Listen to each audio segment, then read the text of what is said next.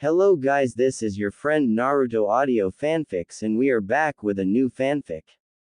Which is what if Naruto was trained and loved by Anko, Kurenai, and Yugao, part 1. And if you enjoy this fanfic then please press the like button and subscribe to my channel for more fanfic like this. And now let's start the fanfic. Kushina Uzumaki was sitting on her home sofa surrounded by 4 6-year-old girls, all rubbing her stomach.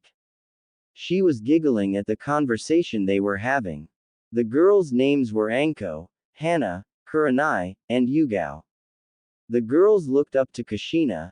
As a goddess of shinobi, Kushina trained the girls when she had free time, even with girls in different attributes, and she can proudly say that these 4 will become a force to be reckoned with.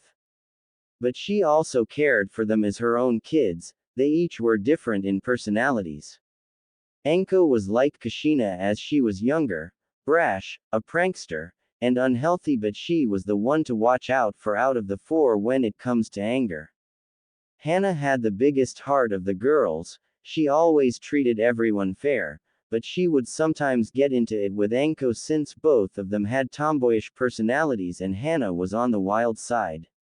Kurenai was the calm and smart one. She had an older sister personality of the girls.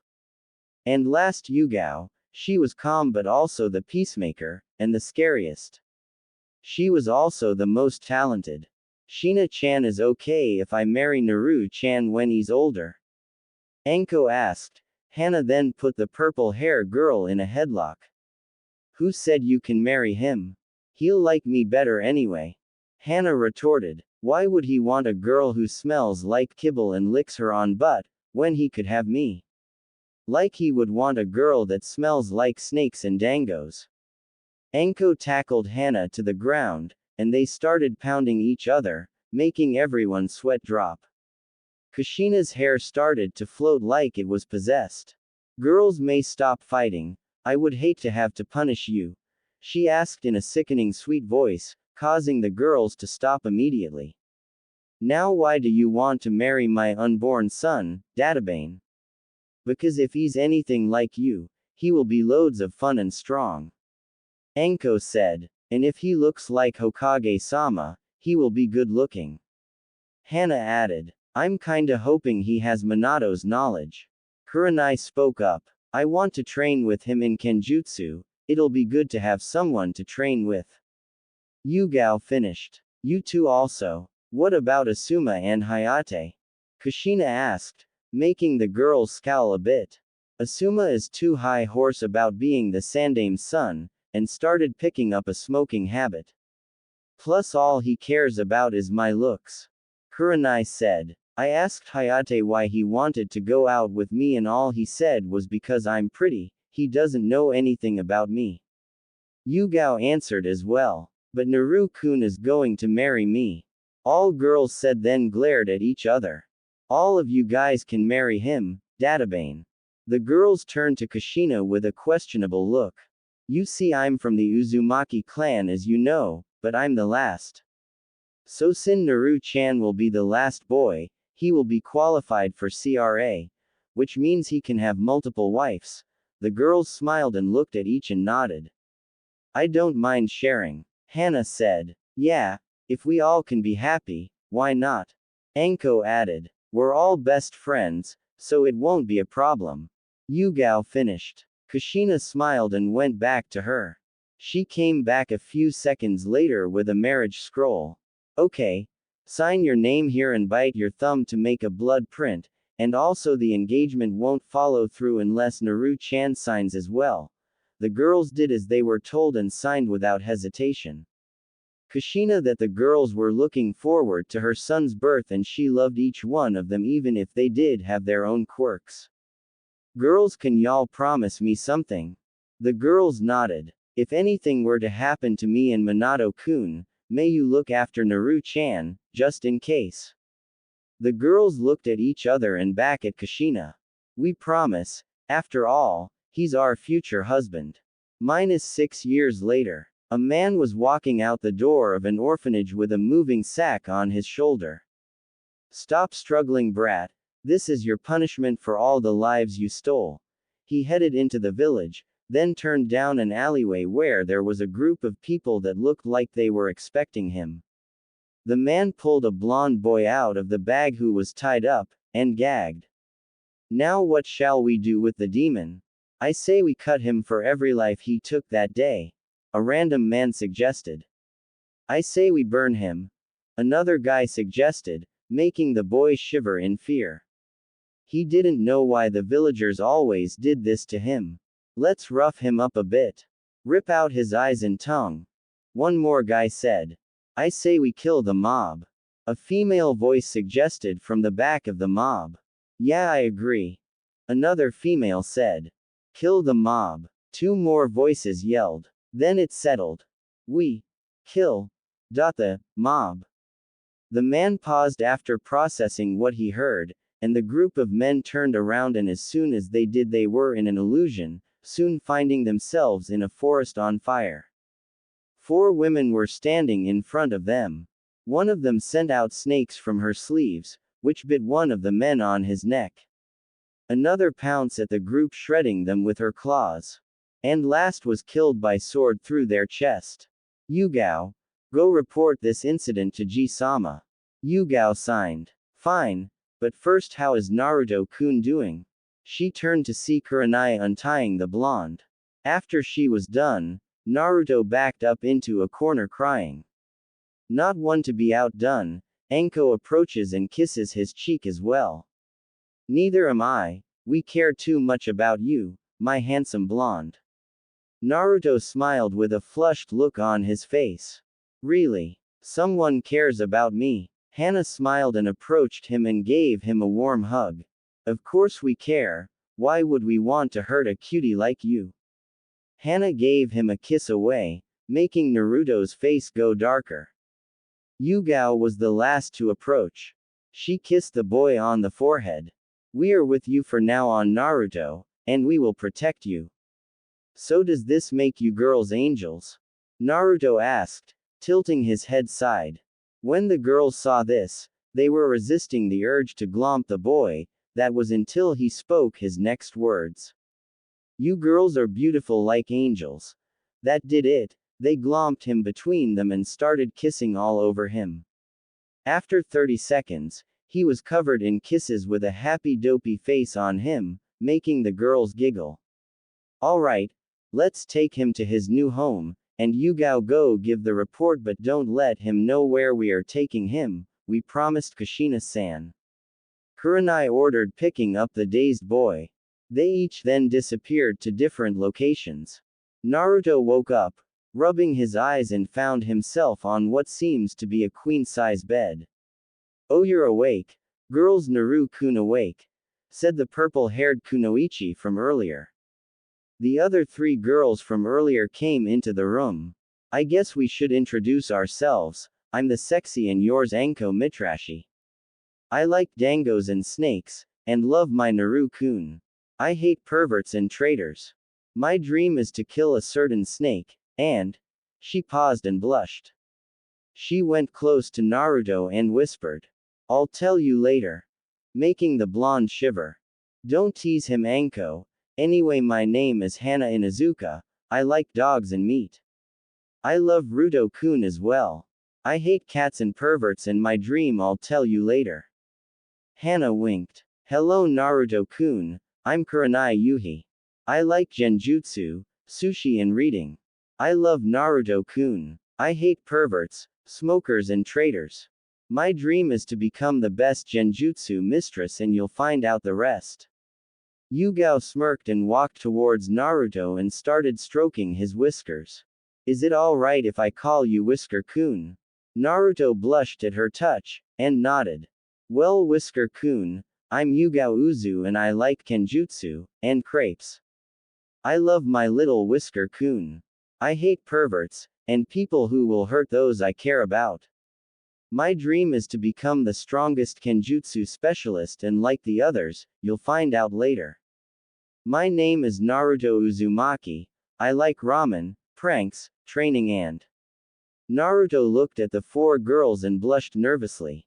My new friends Anko-chan, Hana-chan, Kurenai-chan, and Yugao-chan.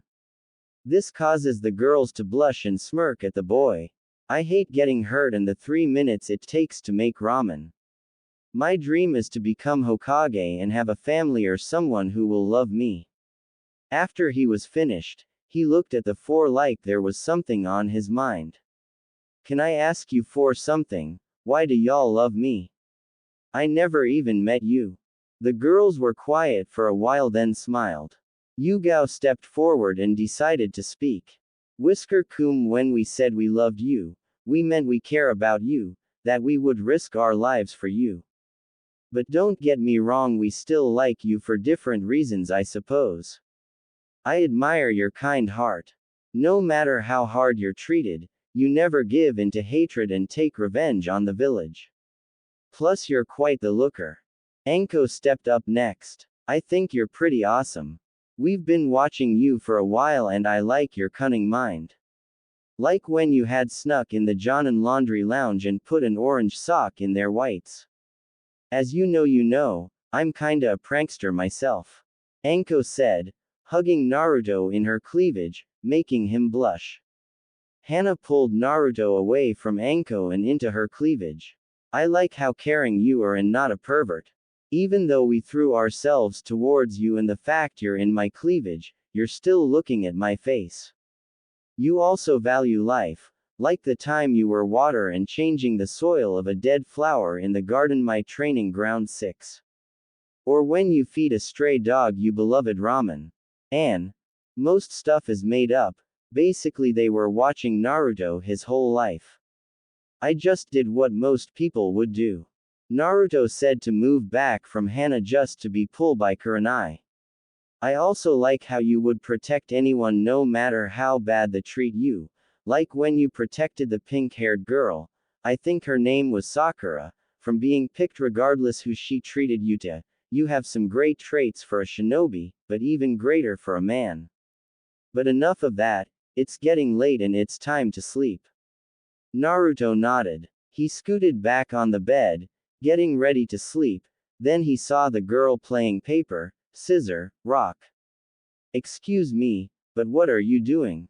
The blonde asked. Trying to decide who gets to sleep next to you. Anko answered to focus on the game. Why are you sleeping next to me? I can sleep on the couch if it helps. Naruto, if you keep being considerate, it will be hard to keep our hand off you, and plus we don't want you sleeping on the couch, we want to sleep next to you.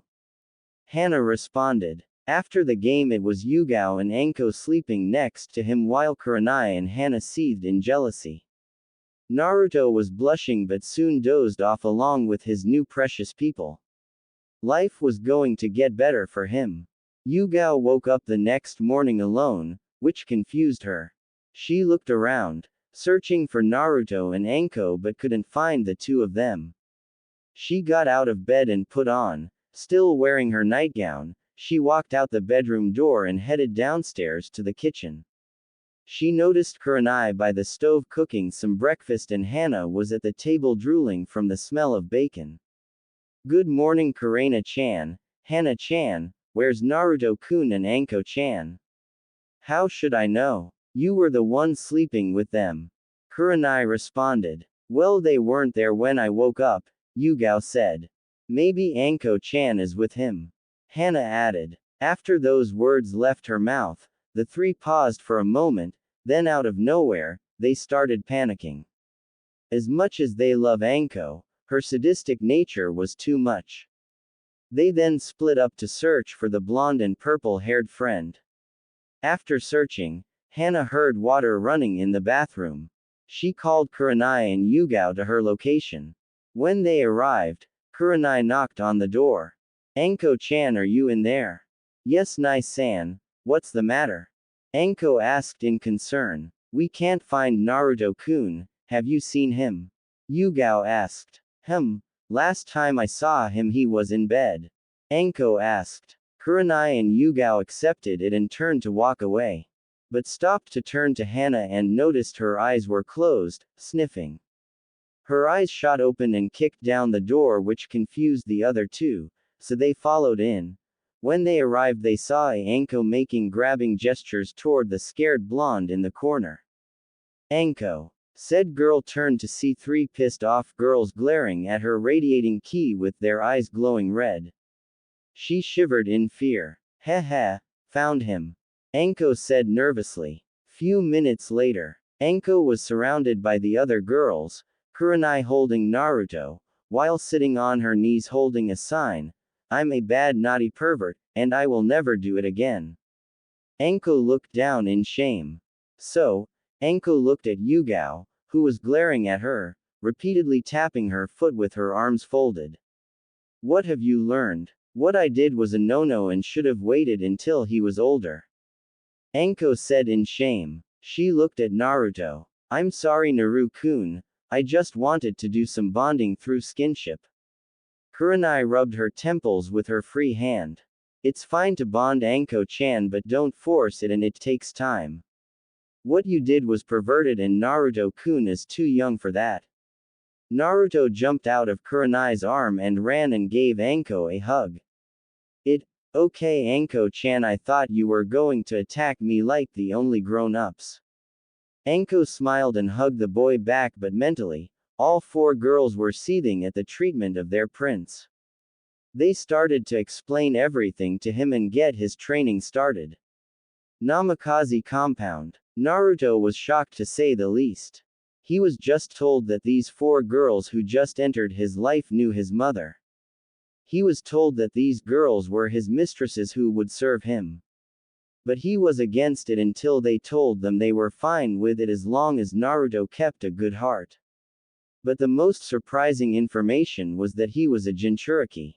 The girls reassured him that the fox was not evil according to his mother, but they had no clue what happened the night of the attack and what made her go on a rampage. Naruto was also surprised that Kyuubi was a girl. Naruto-kun, I want you to concentrate and try to communicate with her. She is vital to your training. You don't have to worry, I promise she will not hurt you. Naruto nodded and sat down, crossing his legs in a meditating position. He stayed like that until he felt a pull and saw a flow of red chakra. Naruto mindscape. Naruto opened his eyes and looked around to find himself in a sewer. This was his mind. Was it so dark and creepy? Naruto stood there, pondered about it, starting to wonder if it was possible to turn it to some else like his new home or at least a flower field. As soon as it left his thought, the whole area started to flash and he was now on a grassy field. Ah, that's better. Thank you Naruto-kun. Naruto turned his head to the source of the voice and saw a woman with long red hair, with fox ears and 9 tails, wearing a kimono. I'm glad to finally meet you Naruto-kun, my name is Kurumi and I'm the Kyuubi no Kitsune. Why, you're the Kyuubi? You don't look like a fox. You look like a beautiful girl.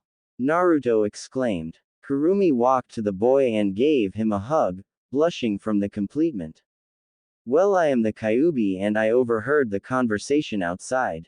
Naruto-kun, I want to say I'm sorry for what happened the night you were born. We were attacked and I was placed under a genjutsu that caused me to rampage. I'm not sure who it was, but I'm pretty sure you will encounter him in the future. But for now I need you to learn true justice so I can train you and the girls. Naruto nodded and proceeded to listen to the instruction. Namikaze house. The girls were eyeing Naruto patiently, waiting for something to happen. Yugao was sure that the blonde met the fox, and from what Kushina had told her about Kurumi, she was very friendly. Naruto slowly opened his eyes and gave the girls a look that said he accomplished his goal. She said to go to the downstairs bunker, and one of you should know where it is. Basement door. It's this way. Kurenai got up and led the group down the hallway and to a door. She turned to Naruto before proceeding. This is a training bunker your family used when they needed some privacy. But what's special about the bunker is that it's covered in seals that can affect the room environment, gravity, temperature and more. It's even more dangerous than the one I heard Anbu uses. Naruto started to get nervous, but he wanted to be Hokage.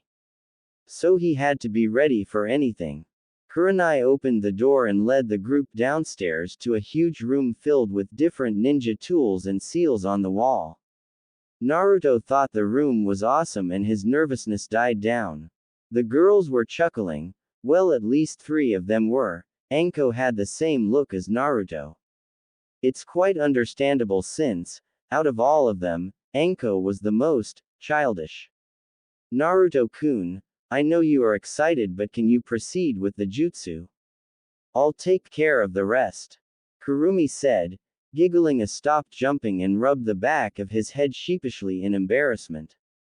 Heh, sorry. Naruto replied before biting his thumb a bit. Blood clone jutsu. Red chakra started to form around Naruto and the blood on his thumb started to pour, while the red chakra fused with it.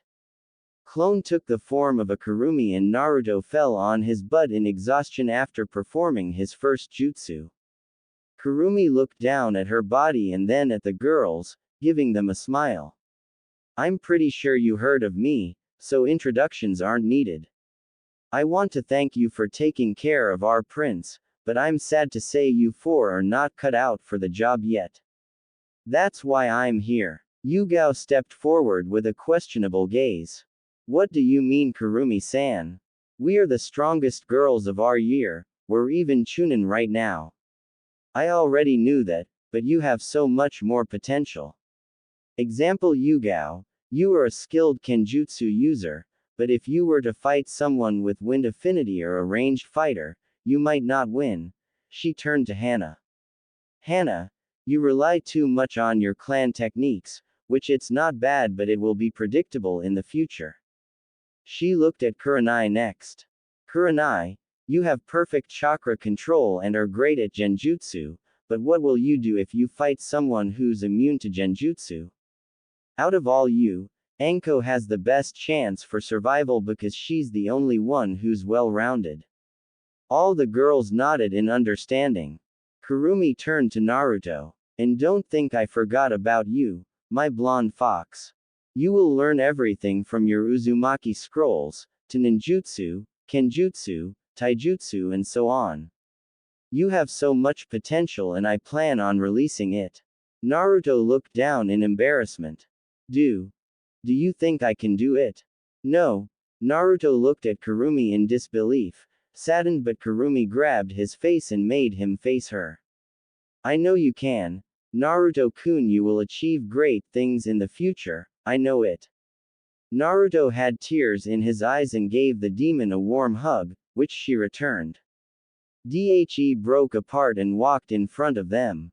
I'm going to rebuild all of you from scratch. You girls will be marked as Naruto vixens and guards, his own personal Anbu. After that we will work in every field together. We will not leave this bunker for no reason. It will be hell and make you want to die. But the benefits will be worth it.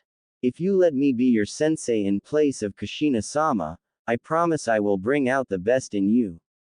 So the question is, will you let me guide you? Hi, sensei. The girls said in unison, alongside Naruto. Kurumi smiled and gave them an unnerving evil grin. Let the training begin. 4 years later, Hiruzen was sitting in the council after being called in a meeting.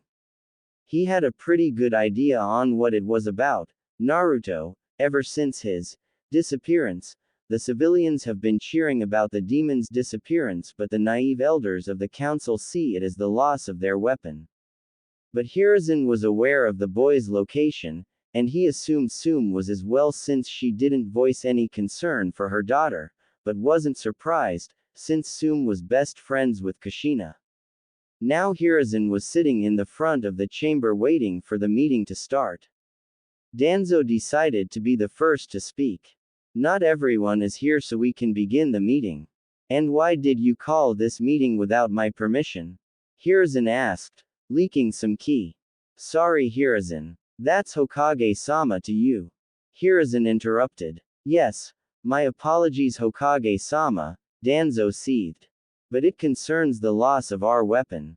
Danzo started. The civilian looked at Danzo questionably, while the clan heads glared at the old war hawk.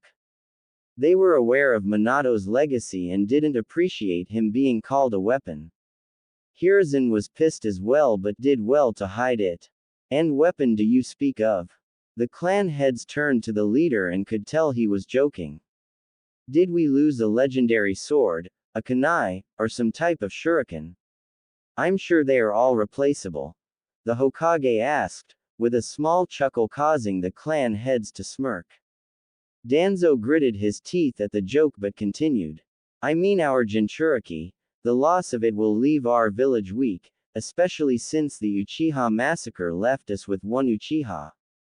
Well, I'm surprised that you worry over young Naruto, but let me inform you that the delusional brain of yours, Naruto-kun, is not a weapon for this village. In fact, he has every right to hate this village. Yet he still strives to protect it. You should be grateful. You and the goddamn civilian council have no right to request anything of the boy, and just so you know, I know exactly where he is. Hiruzen informed. Then can you please inform us on his location? Sorry, but that information is classified. But rest assured he is safe, Hiruzen interrupted. Danzan was doing well to hide his emotions. He was aware that the Hokage knew he wanted Naruto for himself and was doing well to hide him. What he found strange was that his root agent that was tailing him was found dead and he had no idea who it was. Someone was protecting him from in and outside this village. Koharu decided to speak. Hokage-sama, we are just concerned for the status of the village. With the Naruto-san, the village will be looked down as weak. The Sandame chuckled. I find your concern for the village false. You and the council keep others from adopting the boy, making him feel lonely, beat on him and make him feel hated. You do realize without me and the ramen owners, Naruto-kun would have given into his inner darkness a long time ago and most like result in the release of the fox. Hiruzen stated, causing everyone to pale in fear. All except one ignorant council. I say we keep the demon away and good riddance. We have Uchiha-sama here and that's, his head was sliced off by a hidden anbu, causing the council to shiver in fear. He knew the law. Anyway, I assure you the boy is safe and that's all you need to know. Meeting adjourned. 2 years later. Hiruzen was glaring at the stack of paper and trying to find out the secret behind the devil. As he continued mentally cursing the stack, he felt the power pulse of chakra behind him. Soon after, his anbu fell to the floor unconscious. He was to question what just accrued until he heard a voice behind. Hey Gigi, how have you been? Hiruzen turned around and saw a blonde-haired boy sitting on the window sill, smiling at him. Naruto-kun, is that you? The blonde kept chuckling. Of course it is, Datbeo. Naruto, 12 years old, got off the window and hugged his surrogate grandfather. Hiruzen was happy to see the boy, but after the greeting he noticed Naruto was shirtless. Plus Naruto looked like he was 16 years old, he had to say he was impressed. Naruto's hair was spikier, and he had a six-pack. He was well-toned, but another thing he noticed was Naruto's eyes was blue but slit. Naruto, why aren't you wearing a shirt? Naruto paused for a moment, then a few drops of blood trickled down his nose, making the Hokage more curious. I outgrew them years ago. Understandable. When you went in the bunker you were small, but that doesn't answer the question.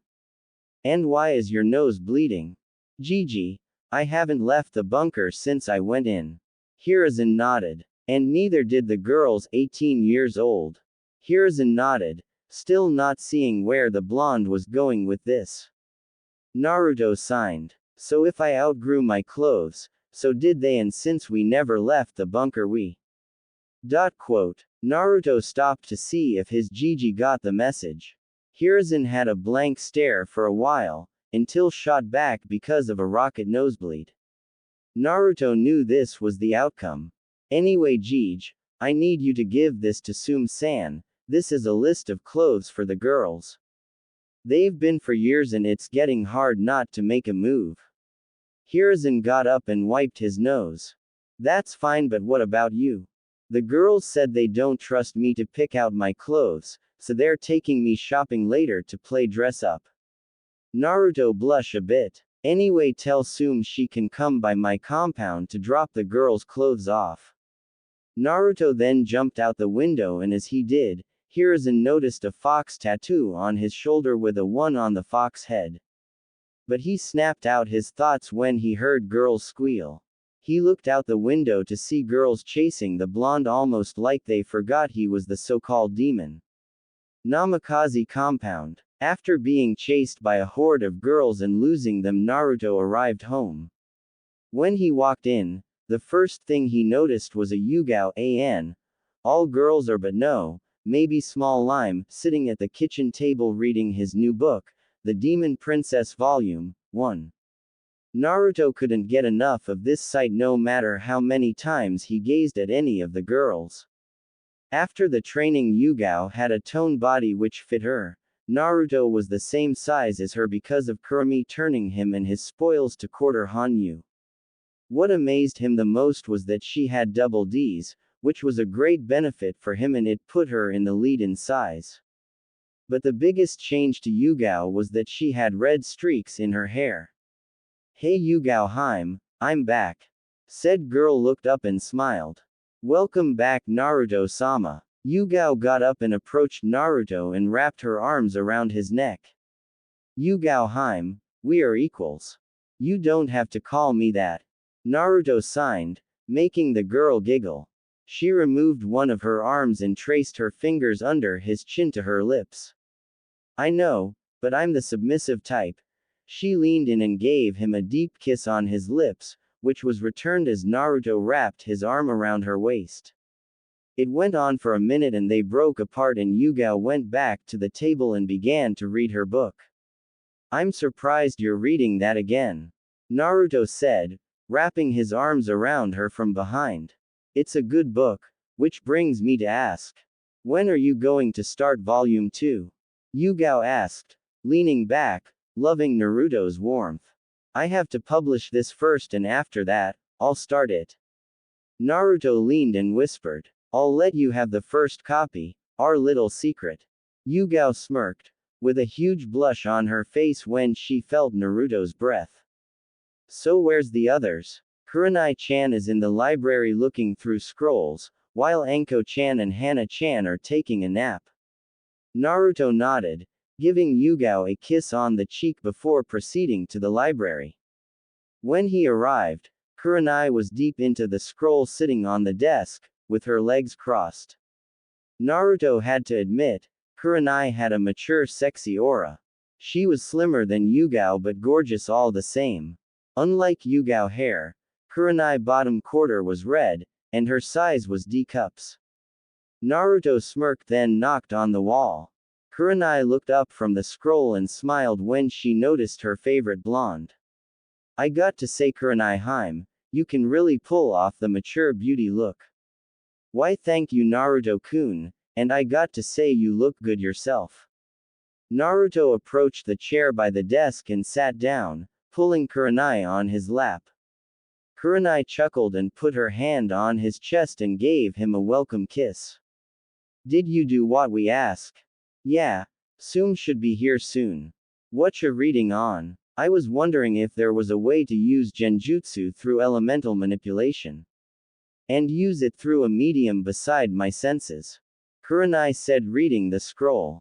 Have you tried using fuinjutsu, like a seal that connects your chakra to it, like a transceiver? Naruto suggested. Kurenai eyes widen. Just like the Hiraishin mark, but I don't know. She paused and smirked at Naruto, using her arms to lift her. She gave Naruto a pleading look. May you please teach me fuinjutsu, Naruto Sensai? She asked, poking out her lip. Naruto blushed a bit and cleared his throat. You don't have to do that Kurenai Haim, I'll do anything to help you.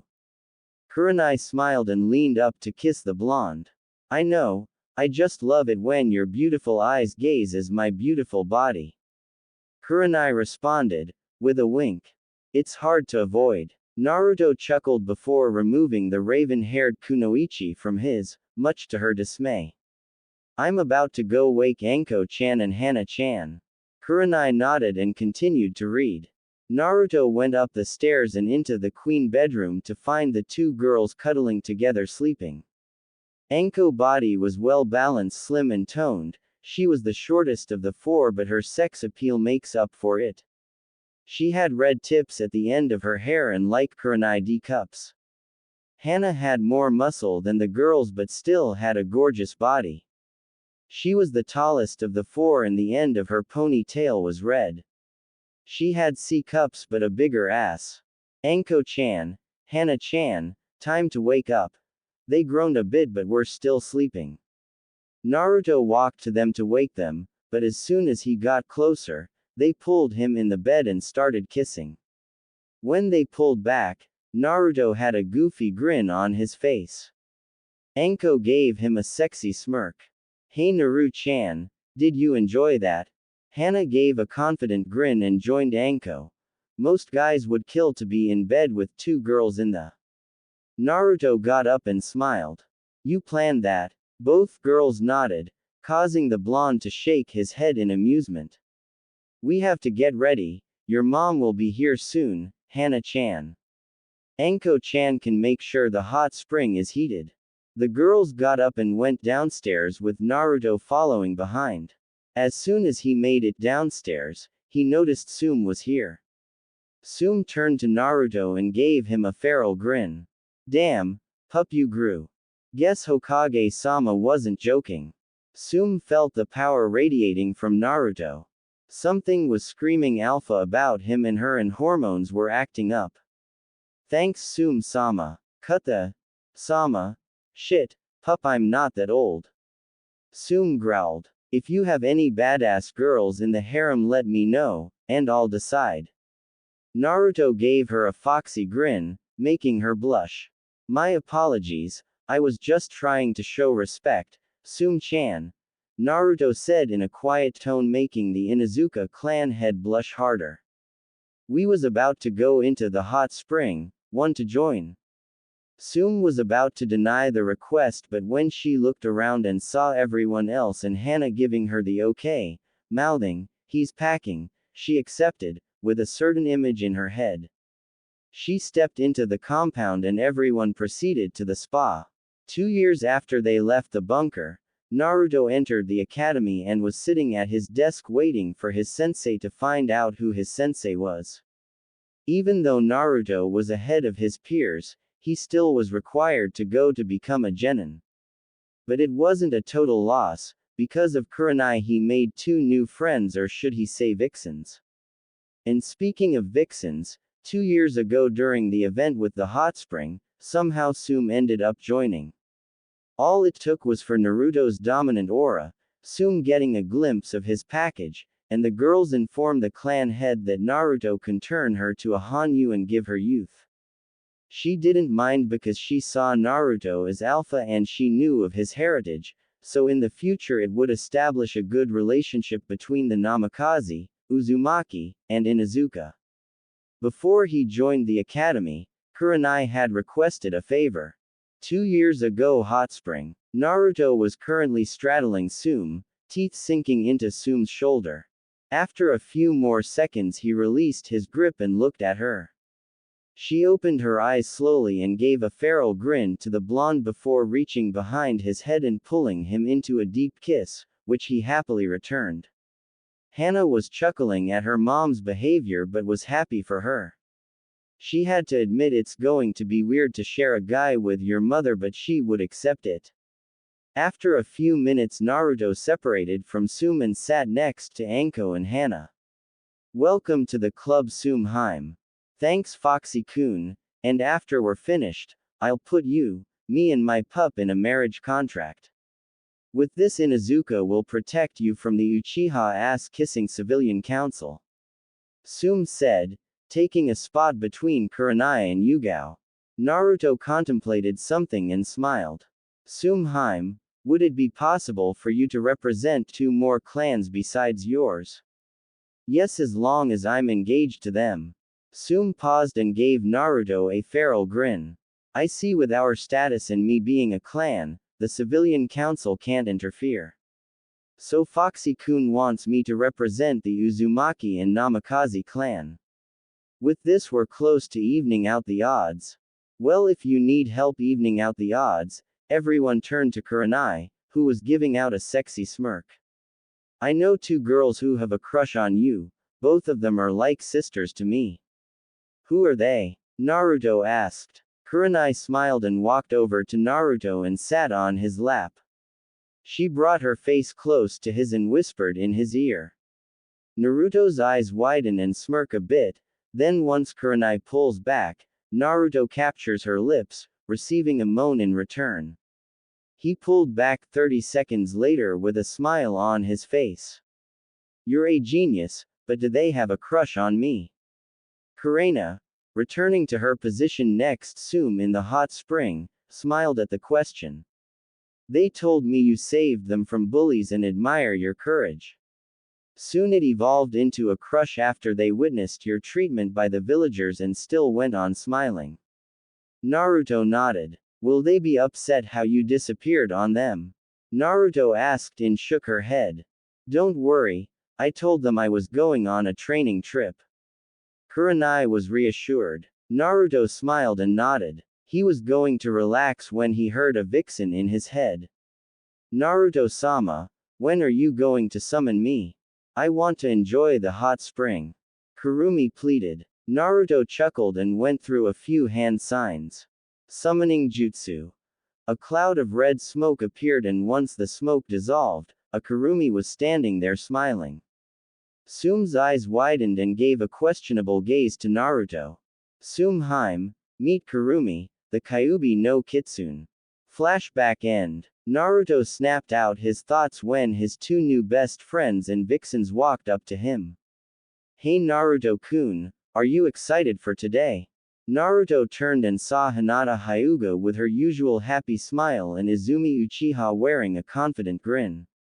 Kurenai had introduced the girls to Naruto before he joined the academy, and to say they were beyond happy was an understatement. After they establish a friendship, Naruto noticed that they each had a problem with their skills, Hinata with her Juken and Izumi with her Sharingan, which surprised Naruto since she was 12.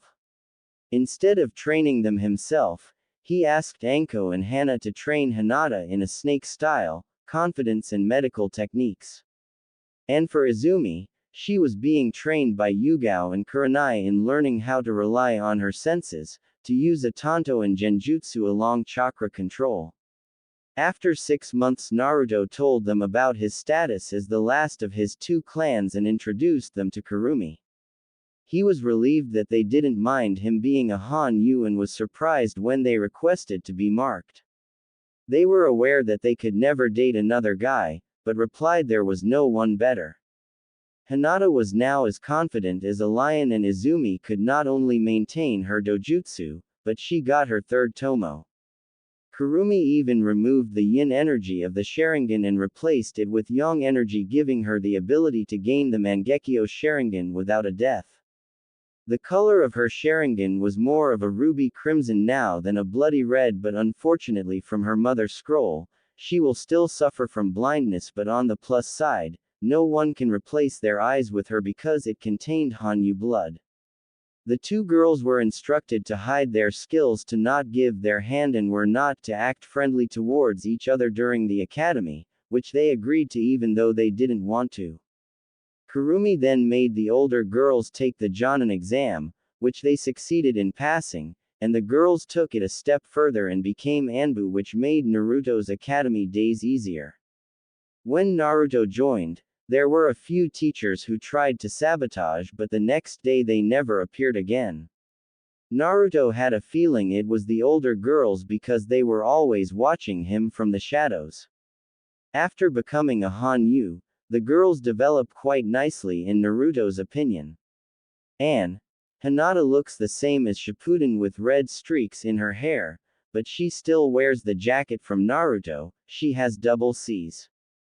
Izumi's body was like an imitated version of Yugao, slim and athletic. She wore a dark blue tank top and black Anbu shorts, and just like Kurenai, the bottom part of her hair was red. She has C-cups, and to both the girls and Naruto dismay they started gaining a lot of attention from a lot of boys. Hey Hinata-chan, Izumi-chan, are you excited? Naruto asked. Of course, although it would be better if we're on the same team. Hinata responded. I agree, you two are the only one who I would want to be teams with, but since me and Hinata have different dojutsu that can't work together according to everyone else, we won't be on the same team.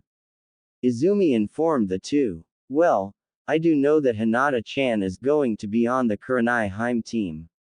But I'm not sure which team we're going to be on, Izumi-chan. Naruto said. I think. Hey, what are you two doing sitting next to this loser? The three looked up and saw Kiba giving the girls a perverted grin. Izumi stared at him for a while and turned back to Naruto, ignoring Kiba. Anyway, before I was rudely interrupted. I asked you a question, Hinata-chan and Izumi-chan, why are you with this loser? Kiba said, taking a seat next to Izumi, putting his arm around her. Izumi was getting agitated and turned to Hinata.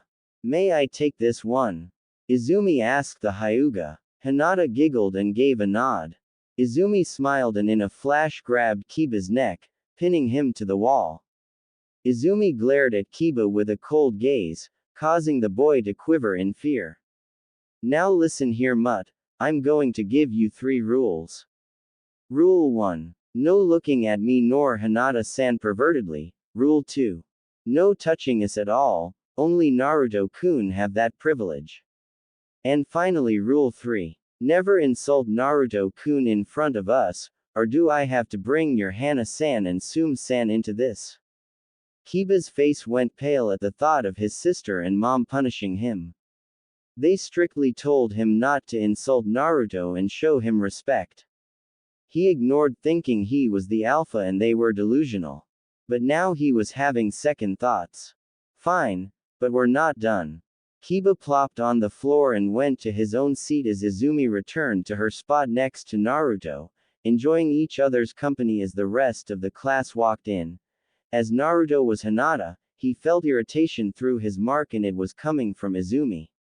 He turned to see her glaring to the front of the class. He followed her gaze towards Sasuke Uchiha. Naruto understood. Izumi was half Uchiha and was kicked out by Sasuke's father. She resented the Uchiha because they care about power more than family. In her words, they were selfish, arrogant, and spoiled high-horse assholes. Naruto gently squeezed her hand, grabbing her attention. He closed the gap and gave her a quick peck on the lips, making her blush. Don't worry about him, you're part of our family now. Izumi smiled and nodded. Hinata smiled at the interaction and joined in.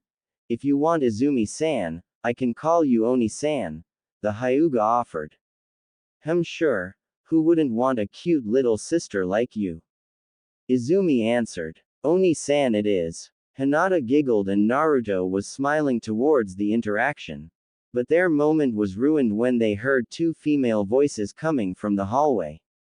I'm first. 2 girls by the name of Ino Yamanaka and Sakura Haruno, 2 of Sasuke's fangirls.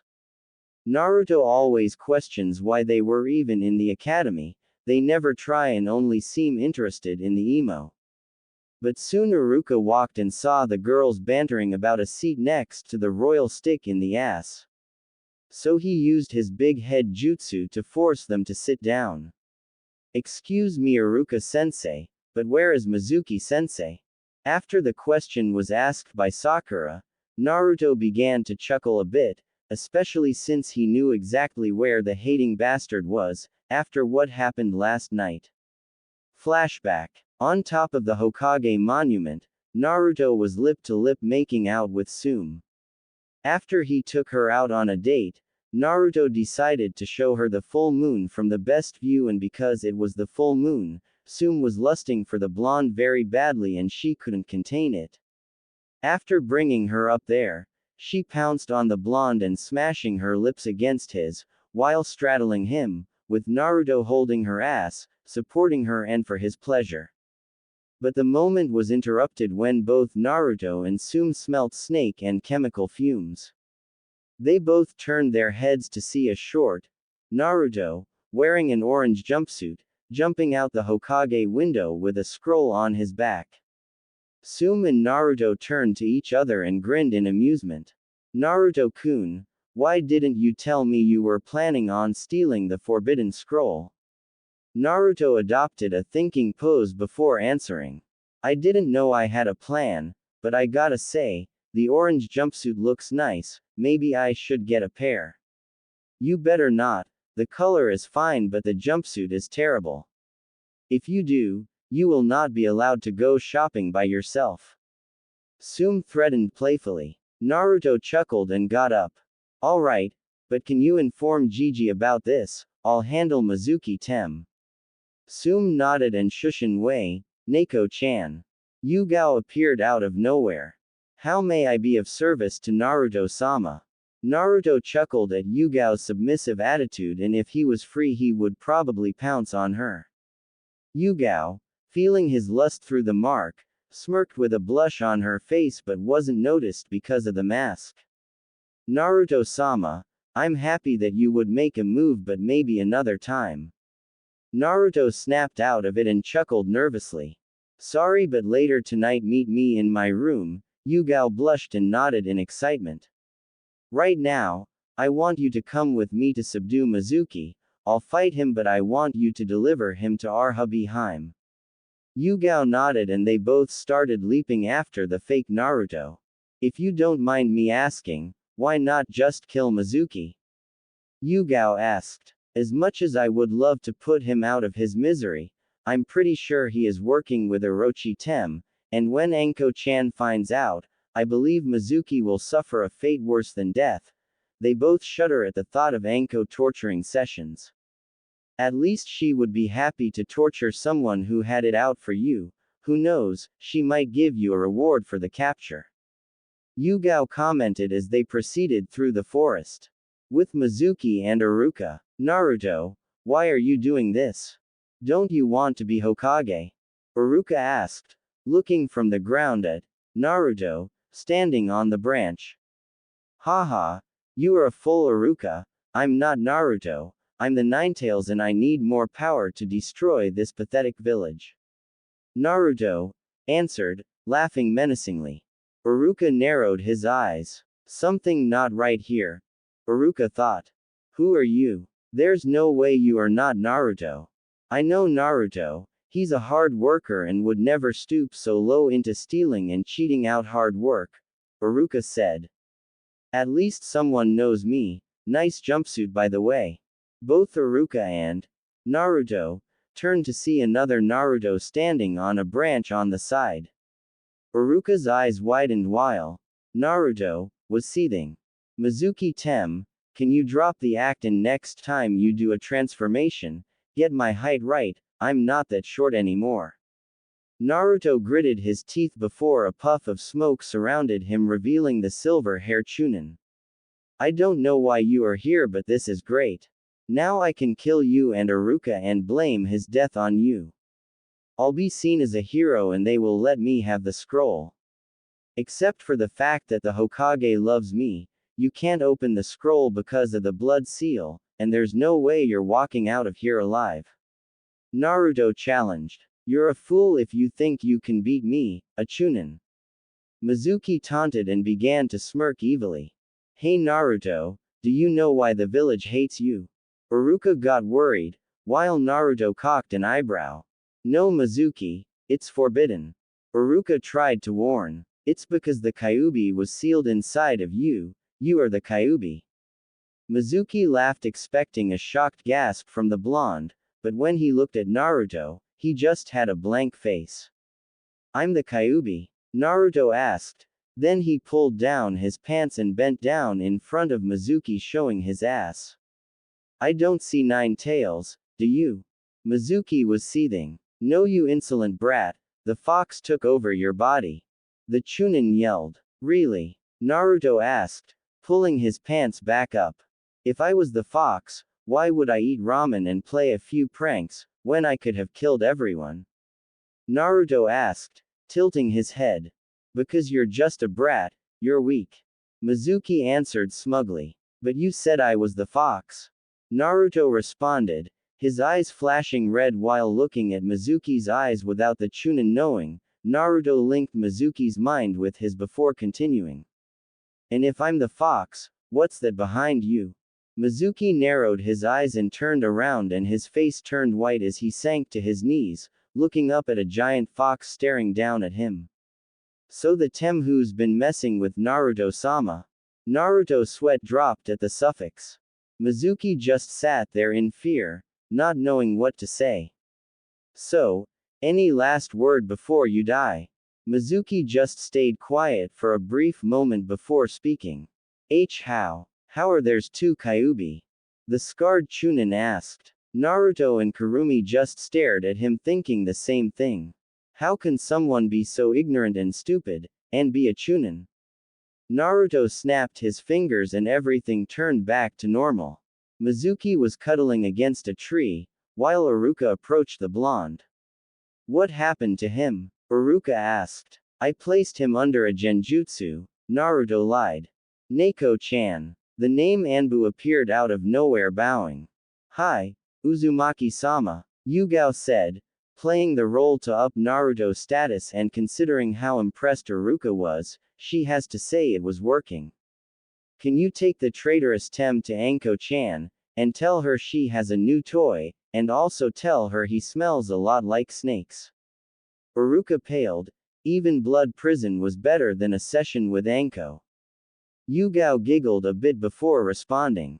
Of course, and just to let you know, Sandame-sama will be here soon. Yugao finished before picking up the Chunin and Shunshin away. The Hokage then arrived and Iruka explained the event that happened before he arrived. Flashback end. After explaining, the whole class turned to Naruto in awe and some in jealousy, all with the same question in their mind. What kind of genjutsu did he use to beat a Chunin? Now that is over, I'll begin assigning teams.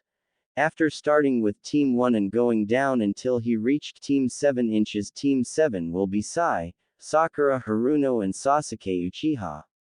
Your sensei will be Kakashi Hatake. Yes, alright, love prevails. Sakura squealed standing up, giving Ino a victory pose. Those two better not get in my way. Sasuke thought to himself, resting his hand on his chin. Sai was just smiling creepily. Team 8 will be Shino Aburama, Hinata Hyuga, and Kiba Inuzuka. Your sensei will be Kurenai Yuhi. Shino didn't react, Kiba seemed happy, and Hinata was okay with being on a team with her sister figure. Team 9 is still active. Team 10 will be Shikamaru Nara, Choji Akamaiki and Ino Yamanaka. Your sensei will be Asuma Sarutobi. What? I'm on the same team as the lazy bum and Mr. Eat a Lot, plus Sakura gets to be with Sasuke-kun. Ino complained. Troublesome blonde. Shikamaru muttered with his head down, while Choji kept eating his chips. And finally, because these two have perfect scores tied with Hinata, they will form a two-man cell. Team 11 will be. Iruka paused and rubbed his eyes and looked up at Naruto and grew nervously. Those two put together with her as a sensei, what was Hokage-sama thinking? Iruka thought to herself before continuing. Naruto Uzumaki and Izumi Uchiha. Your sensei will be. Before he could finish, a purple blur burst through the window. The sexy and no longer single, Anko Mitarashi has arrived. Anko yelled, holding a banner. Some of the guys were drooling, besides Sasuke, Shino, Sai, and Shikamaru at the sexy Kunoichi, while the girls were envious of her body. I'm looking for a hot blonde and beautiful raven-head girl. Naruto and Izumo chuckled and stood up. Meet me at the Dango shop ASAP. Anko ordered before disappearing in a fire shushin. Naruto and Izumi followed with a wind and lightning shushin, surprising the class. How did they do that? I'll get Izumi to tell me. Sasuke thought to himself. Dango shop. Anko was sitting at the table waiting for her new students, enjoying some dangos thinking about the future. She was excited to be Naruto's sensei because she would be with him all the time. She also liked Izumi. Even though the young Uchiha took pride in her clan, she wasn't a spoiled brat like the other one. As she was enjoying herself preparing to put another dango in her mouth, she felt someone cover her lips with theirs. She opened her eyes and saw blonde hair. She smiled and returned the kiss, adding a little tongue. Izumi chuckled while everyone else blushed. Naruto pulled away and smiled. It tastes like dango. Anko gave him a flirty smile. After that type of action, I might just pass you and not give you a test. Naruto chuckled a bit. Well, to be honest, I wasn't going to test you too because your teamwork is the best. But you can test your skill tomorrow. Izumi raised one of her eyebrows. What do you mean? Uchiha asked, taking a seat next to Naruto and proceeded to eat some dangos. Well, usually when you're put on a team, the Jonin sensei is supposed to test you on your teamwork the next day.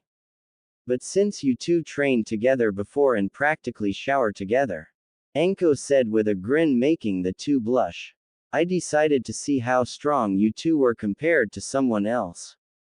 And who exactly are we going to fight? Naruto asked his sensei, lover. Just a pervert with an orange book. But enough of that, time for some team bonding, and what a better place than the sauna. Naruto blushed a bit before shaking his head in amusement, while Izumi was giggling. But there is one day I want to know, Izumi-chan, how did you meet Naruto and Nai-chan? Izumi shook a bit and signed. She knew she couldn't avoid it anymore. She didn't want to have any trust issues. Well, I met Kurenai-chan when I was 5 years old. I was getting picked on by people from my own clan for being a hybrid. Kurenai noticed and helped me. After that we kinda bonded. She later introduced me to Hinata-chan and she became like a second sister after Kurenai-chan. A year later my brother, Shisui-ni, introduced me to Itachi-san and he helped me train since no one else would besides my brother and mother. Izumi said with a smile and then frowned because she didn't know how Anko would react. As she was getting nervous, she felt something grab her hand. She looked over to Naruto, who was giving her a warm smile that washed away her nervousness. She turned back to Anko and breathed a bit. 2 years later, as you know, the Uchiha clan was killed by Itachi-san. I didn't care about the clan, but he killed my brother. Izumi started to tear up. Imagine that guy you looked up to, betraying you. Anko slowly reached up to her neck where her mark used to be. I don't have. As you know, I used to be an Orochimaru apprentice, but he ended up betraying us and the villagers took it out on me. That's why the next time I see him, I will put his head on a platter. It was a good thing Kurenai-chan, Han-chan and Yugao-chan still were willing to be my friend. Plus I also have to thank a certain blonde-haired Gaki for removing that pain in the ass seal.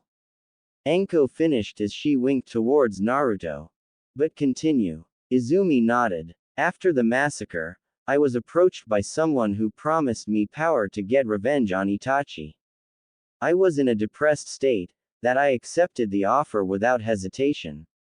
Izumi said, if I recall, when we left the chamber, Nai-chan went to look for you and Hinata-chan, but she said you were acting weird, almost like an emotionless. Anko paused, then narrowed her eyes. Izu-chan, did he approach you? Anko asked in a serious tone. Izumi nodded. Yeah, Danzo-san made me a route and my first mission was to gather intel on Naruto-kun, the Uchiha explained with regret. Flashback 2 years ago. Naruto was walking from Ichiraku's after visiting his favorite ramen, heading home with a happy stomach until he felt a presence behind. Someone is following me. It feels like a chunin. I don't feel any hate nor anger from this person. Naruto thought to himself as he led his stalker towards empty training. When arrived at training ground 44 in front of the gate, he stopped moving with his hands in his pocket. You can come out now. After a few minutes, a female figure jumped in front. How did you know? I can sense chakra. Why are you following me? Naruto asked, narrowing his eyes. He can see black chakra coming out of her mouth. I guess it's time to help Izumi for Kurenai-chan. From what I can tell, the black chakra is leading towards some type of seal in her mouth. But who? Naruto stops his thoughts and smiles. I was following you because I'm interested in you. Izumi answered with a small smile. Well, I would believe you if you didn't look dead inside your eyes. Plus, I thought it was against Danzo's belief for his tools to have emotions. Izumi's eyes widened as she leapt back, but as she did, Naruto vanished from sight and appeared behind her. Sorry about this, but Kurenai is worried about you, so have a good night's sleep, he said before knocking her out. Namikaze resident. Izumi woke up tied to a chair. She tried to move and produce some chakra but couldn't. Don't bother. Izumi looked up and saw Naruto looking at her. Sorry, but I sealed your chakra and removed the slave seal from your tongue. Why didn't you kill me? Because it would upset Kurenai-chan and Hinata-chan for one, and two, I remember protecting you from some bullies when we were 4 and you seemed like a nice person. But why the change? Kurenai-chan said you wanted to be friends with me and become closer to me, but when I look at you, all I see is emptiness. Like she cares. She abandoned me when the clan was massacred, and what's worse is my idol was the one who killed everyone, including my brother. No one cares. You wrong, Kurenai-chan, Hinata-chan and I care about you. Do you think working for that cowardly war hawk is the way to go? He just uses you to get to me, and once he has me, you will be nothing but fodder. Naruto explained. Izumi sneered at the comment, but it didn't bother the blonde. What do you know? He promised me power and all I have to give him is your eternal loyalty. Izumi paused and nodded. Did he tell you that route is supposed to be disbanded? Do you know what that means for you? He can't risk the Hokage finding out, so if he feels like you would be exposed, that seal on your tongue will kill, not that he would keep you around. If he trusted you, he wouldn't have put a slave seal on you. Izumi was angry, but not at the blonde, but because he was right. All she cared about was her revenge.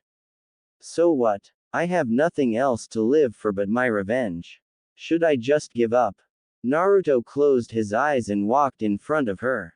He then bent down to her level and opened his eyes. Izumi calmed down when she met his gaze. She felt warm and he looked like he cared for her, but why? If you have nothing to live for, then I'll be your light. Izumi's eyes widened as she felt her body tremble. I'm not saying give up on revenge, just don't let it consume you. If you need a light to guide you through your hatred, I will be that light. I'll help you get stronger and I'll help you with your revenge.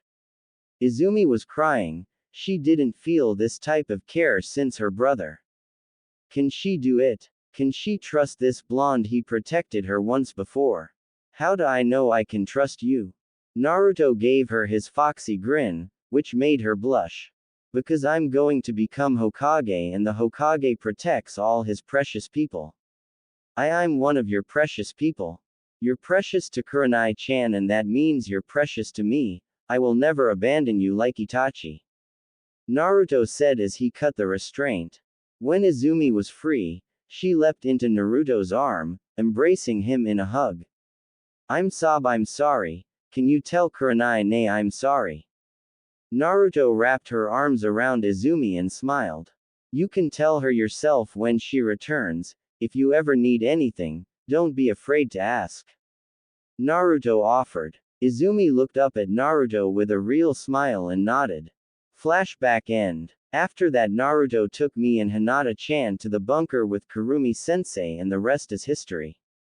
Izumi finished, wrapping her arms around Naruto's, laying her head on his shoulder. Wow, to think that asshole Warhawk would stoop so low. But it's to be expected. Anyway, let's go home and get some rest for your tomorrow fight with the Cyclops. But while we wait, We can do some skinship exercises. Anko said with a perverted smile. After finishing their dangos, the group head back to the Uzumaki complex to relax a bit.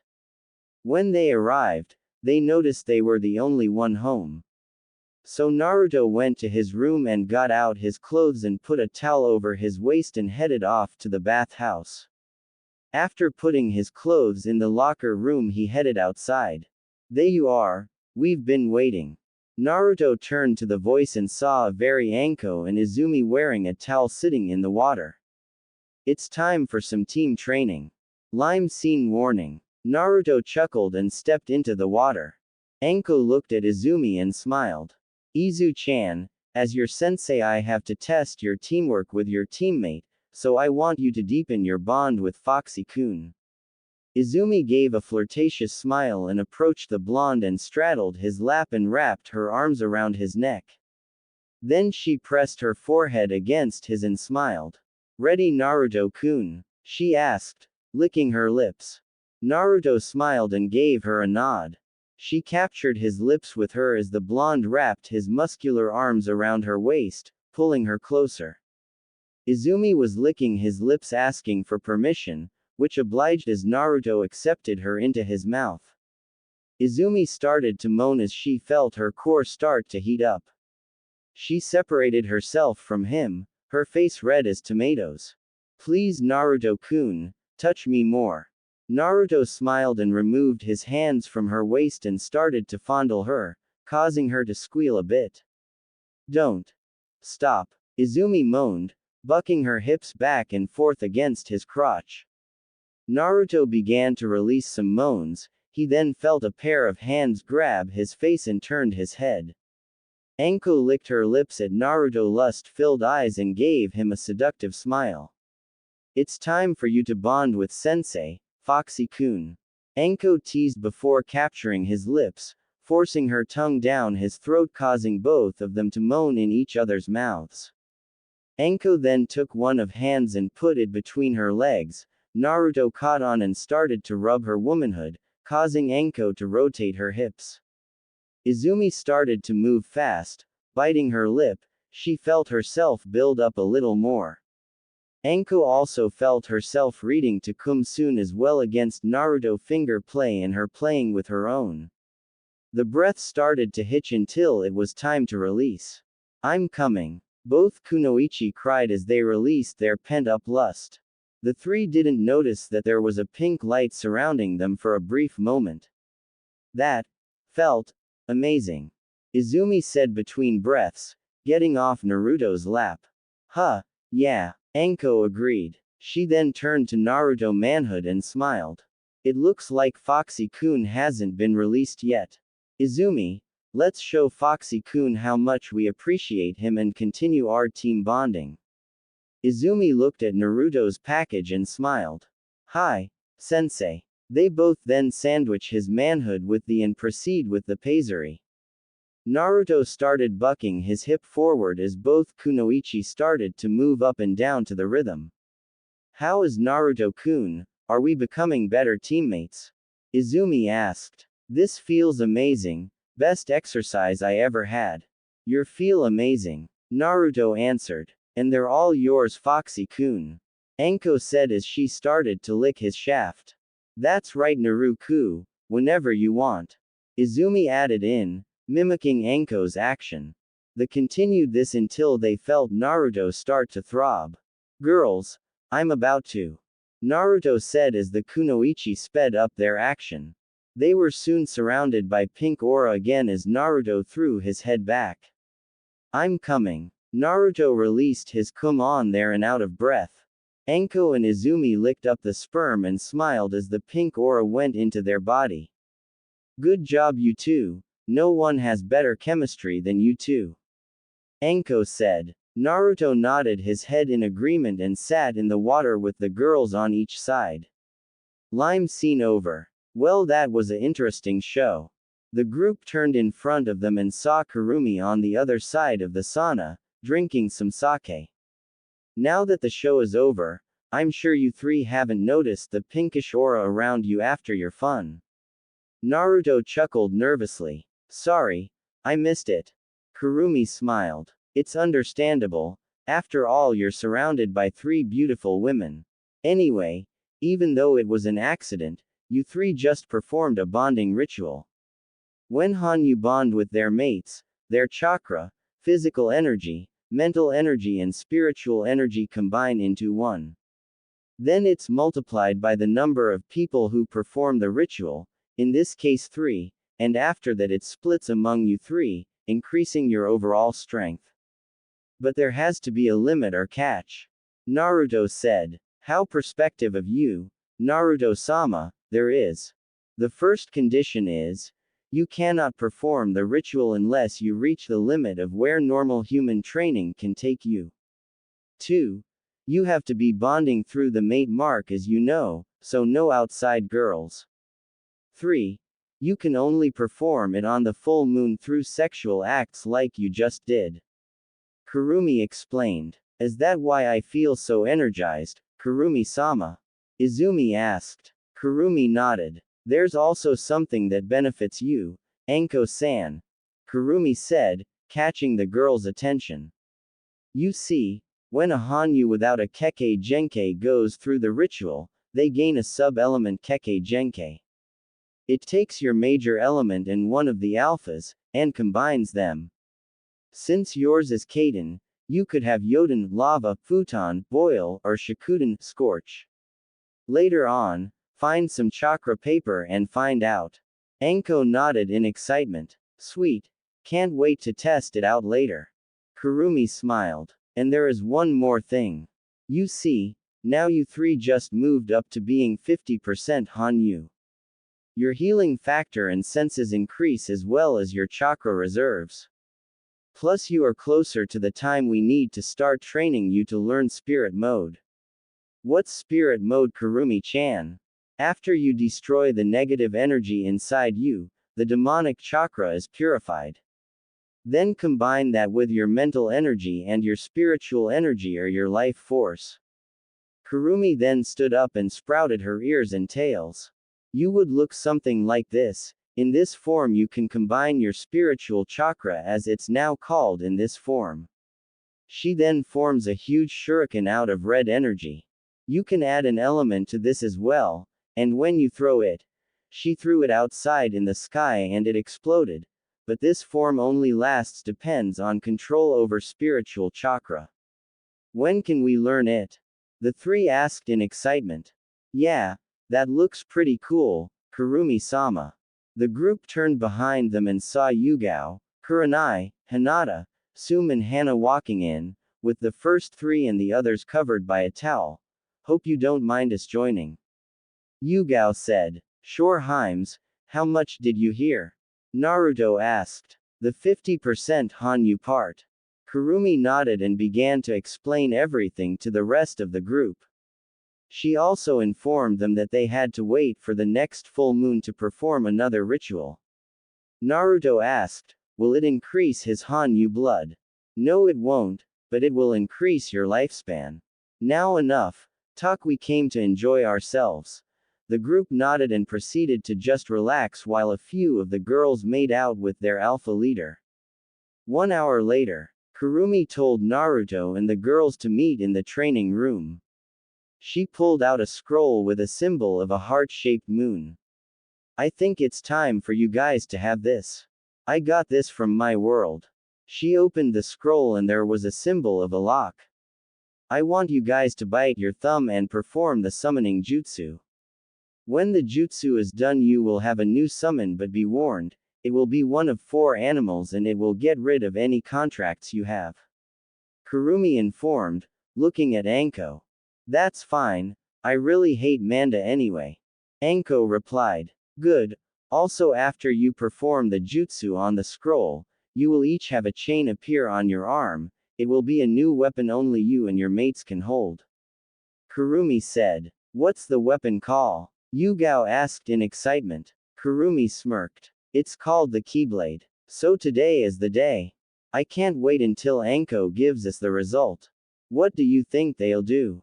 Yugao asked. She was with her friends Hana, Kurenai and Hinata at the local dango place. They were discussing the possible results of Team Anko. They had a goal involving Kakashi. I'm pretty sure they'll do fine. Oh shit, he's here. Kurenai said, pinching her temples. All the other girls gave her a confused look. That was until Asuma appeared. They now knew what she meant. Hugh Kurenai, how are you? Asuma said, taking a seat next to the red-eye Jonin. Kurenai signed. I'm doing fine. Why are you here, Asuma-san? Kurenai asked. Asuma smiled and sat next to Kurenai, trying to put his arm around her. But to his dismay, Kurenai ducked under his arm. Asuma seethed but held it back. I was wondering if you wanted to go. Asuma started. I refuse. I'm not interested. Now if that's all you want, please leave. Kurenai said, without looking at the Jonin of Team 10. I don't understand why you can't understand what no means. And I don't understand why you would refuse me. I'm the son of the Hokage and very strong. Asuma responded. Kurenai signed and looked at her sister wives, who gave her a nod. She smiled at them and turned to the bearded Jonin. Well, if you really must know. I don't want to go out with you because I'm interested in someone else. Asuma gritted his teeth in anger. How could he lose his Kurenai to someone else? He needed to know. Who is it? Before Kurenai answered, Yugao jumped in. And why do you want to know? What will you do with that info? This doesn't concern you. Asuma told the cat Anbu. Yugao glared at Asuma when he made that statement. You're wrong. Anything involving my sister involves me. Learn she is not interested and try to find someone else. Yugao suggested. Asuma grunted and turned to Kurenai. This isn't over, you'll be mine. Asuma said before walking away. Kurenai smirked and touched her fox mark on her neck. Not likely. I don't understand why guys can't just give up. Yugao nodded in agreement. I understand. Hayate has been asking me out every chance he gets. It's aggravating. I can't wait until Naruto-kun announces his status as the CR, but it might cause him some problems. I agree. Naruto-kun will have some problems in the future, especially when it comes to your two stalkers you two, but even with Hana-san and Sum-san in the circle, Kiba thinks he can do what he wants with me. I just wish I could kill him and be done with it. Hinata said. She wanted to end the pup's life, but it'll hurt his mother and sister's feelings. Hopefully Anko stops playing games and announces Naruto and Izumi's status as genin. We all know she could just pass them, but a part of me is glad she is taking her job seriously. Hana then got a good idea. How about we go watch them? Both of them taking on the Cyclops could be entertaining, the Inuzuka suggested. The others smiled at the idea. Team 7 training ground. What's with these kids? Kakashi asked himself, dodging another fireball from Izumi. Izumi and Naruto informed him that the test was to try and get a certain item from him, and judging by their line of sight, it was the bells. He agreed, thinking it would be as easy as his team. He soon found out he was wrong. The fireball created a smoke screen and sent him flying back with a huge explosion. It seems that fireball had too much chakra. She probably doesn't have control over her strength, the Cyclops thought before ducking under a kick from Naruto. Kakashi threw a punch towards Naruto, but the blonde jumped back, avoiding it. Izumi charged Kakashi with a kunai in her hand.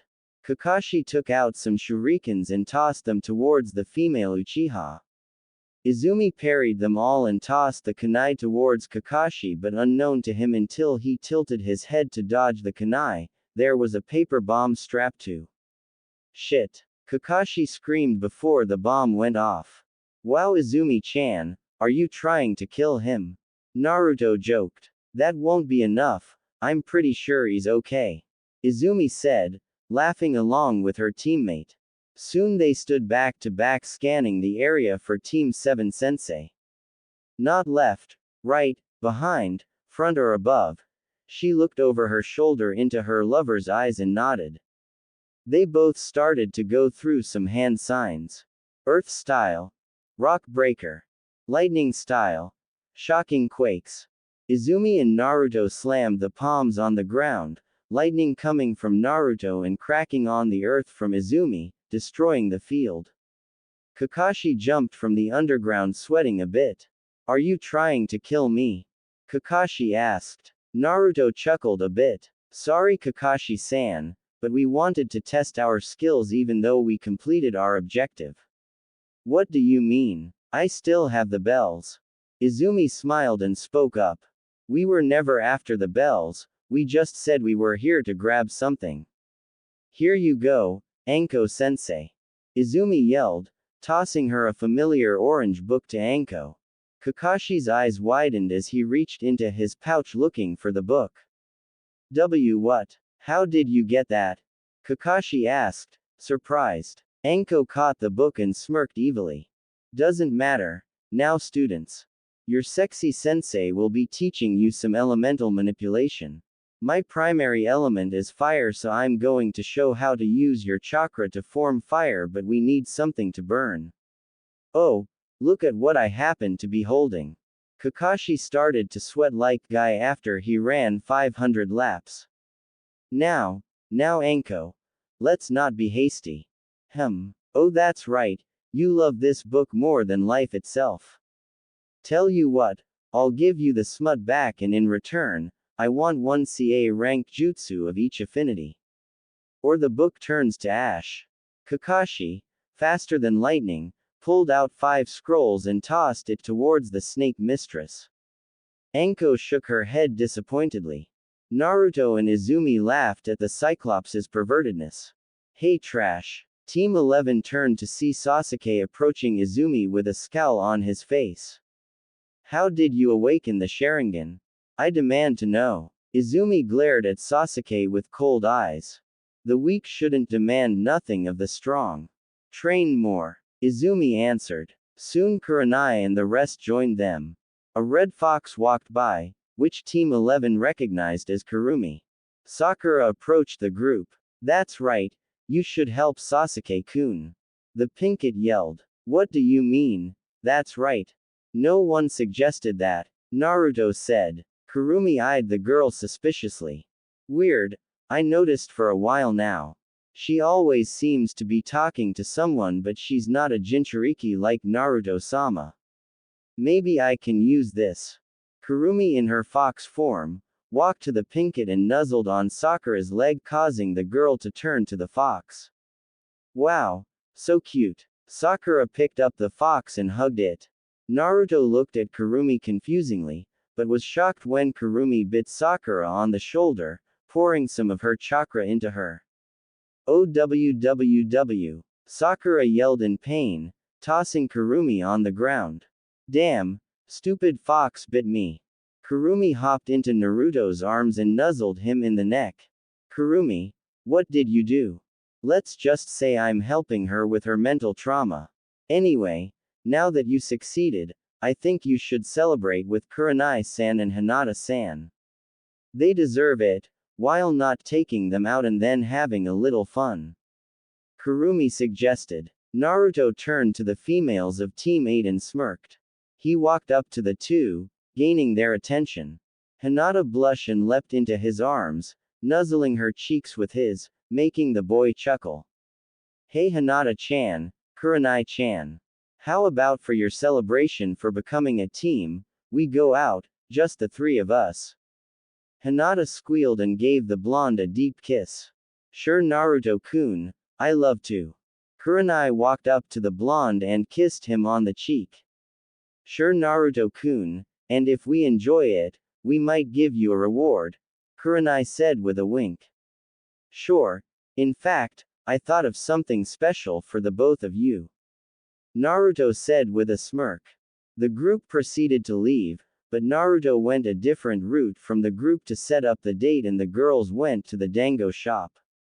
Sakura was happy and was about to ask Sasuke on a date when she felt woozy. Later that night, Kurenai and Hinata were dressed in a red and lavender kimono where it hung off their shoulders, Anko gave them instructions from Naruto to meet on the Hokage monument at midnight.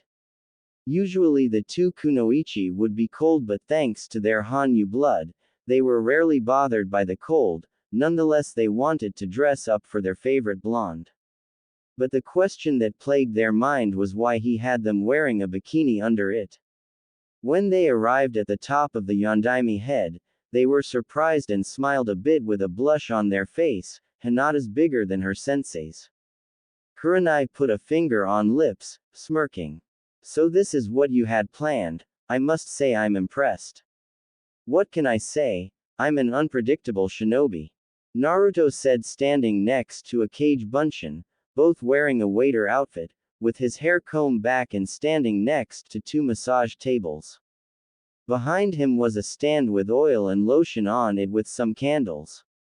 Now if you beautiful ladies would please take a table, my mistresses. Kurenai blushed with a sexy smirk, while Hinata tried to suppress a nosebleed at seeing Naruto in a tux. Naruto and his clone lead the girls to a table as they take off their kimono. The girls were wearing a two-piece bikini, but Hinata's was lavender and Kurenai's were a crimson red. When they laid down, Naruto started to pour oil on them, sending a warm sensation down their spine. As Naruto and his clone straddle the girls and rubbed them down their back, Kurenai smirked. Naruto-kun, you won't be able to cover every spot unless you undo my bikini strap. Hinata giggled at Naruto's shocked expression. The blonde smirked and bent down and undid the strap with his teeth, causing the raven-haired girl to shiver when she felt his hot breath. The other Naruto reached around a cupped Hinata's with his oil hands, causing her to moan. More Naruto-kun. Naruto started to nibble on Hyuga's ear, while continuing to massage her. Meanwhile, Naruto was in a heated makeout section with Kurenai pinning him on the table, both their tongues wrestling for control, her hanging freely. Kurenai started to grind against his groans, causing the blonde to moan. I must say, Naruto-kun, this is a great celebration. Kurenai said, separating from Naruto's lips. I'm glad you are enjoying it. Naruto responded by turning to Hinata and the clone, watching them both making out with the Hyuga on his lap. Shall we continue? Naruto asked, turning his attention back to Kurenai. Kurenai gave the blonde a seductive smile. Of course. Kurenai answered, claiming his lips. Haruno residence. Sakura was laying in bed trying to get some sleep, squirming in pain. She kept twisting and turning, while sweating like she had a fever. What she didn't know was that the cause was inside her mind. Sakura Haruno mind. Sasuke-kun is amazing, how dare Team 11 get in his way? I'll make them pay, cha. Then when Sasuke-kun gets older, we're going to get married and have all his kids. Inner Sakura ranted. So this is who she was talking to and the weird presence I felt. Inner Sakura turned around and saw Kurumi standing there smirking. Who are you and why are you here? Me. I'm a therapist and here to fix some head trauma. Kurumi said, looking around Sakura's mind, seeing different images and scenes of Sasuke. It was easy to say she was disgusted. Head trauma? There's no head trauma. Inner Sakura yelled, before a hand plunged into her stomach, causing the girl to look down in surprise. Don't look scared. Inner looked at Kurumi. You can't die. You are a manifestation of this girl's true thoughts and made of chakra, but I can cleanse you. I'm just giving you a small gift that will help you in the future and get your mind off that pitiful Uchiha. Kurumi explained. Inner was then surrounded by red chakra from head to toe. Kurumi stepped back and smirked. When the chakra disappeared, Inner was standing there with her eyes closed. So how do you feel? Kurumi asked. Inner Sakura opened her eyes and it had slits in the middle. I feel better than before. And what do you think of your Sasuke-kun? Inner sneered. The Uchiha, he's just an asshole who treat us bad because of his name. Besides, who needs him when we have Naruto-kun? As Inner said that, the images and scenes of Sasuke began to crumble. Good to hear. Now do your best to get your outer self to accept you, but make sure she sees how disgusting her crush is and how amazing Naruto-sama is. You are a cute girl with a lot of potential and I hate to see you waste it. Of course, Kurumi-sama. Question: how much of an influence do I have on her personality? It should be the same as before, just ease her into it and she'll be a better person for it.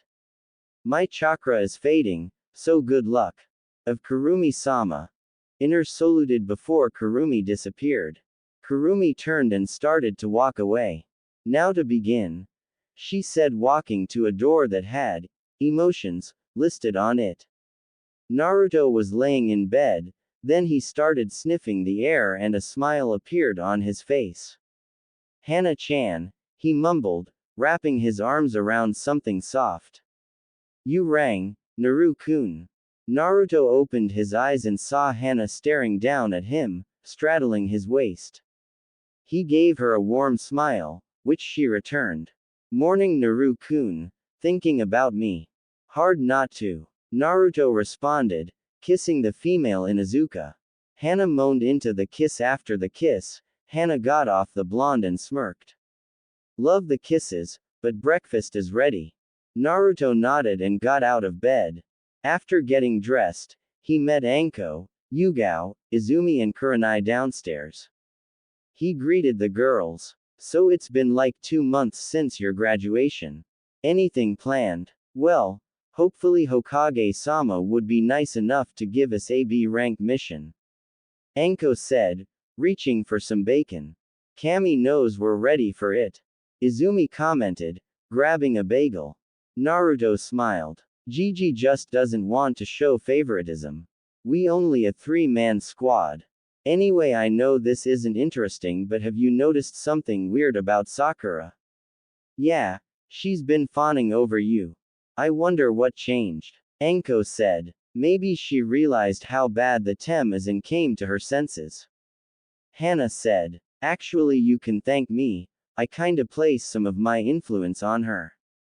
Akane said, appearing out of nowhere. Naruto narrowed his eyes and smirked. Explain. Haruno residence. Sakura just looked at herself in the mirror. Hair a mess, but for some reason she didn't care. Not only that, she has been training and changing since the past 2 months, and it was thanks to Inner. What surprised her was that Inner been convincing her to like Naruto, and the more she thought about the blonder, the more her heart raced.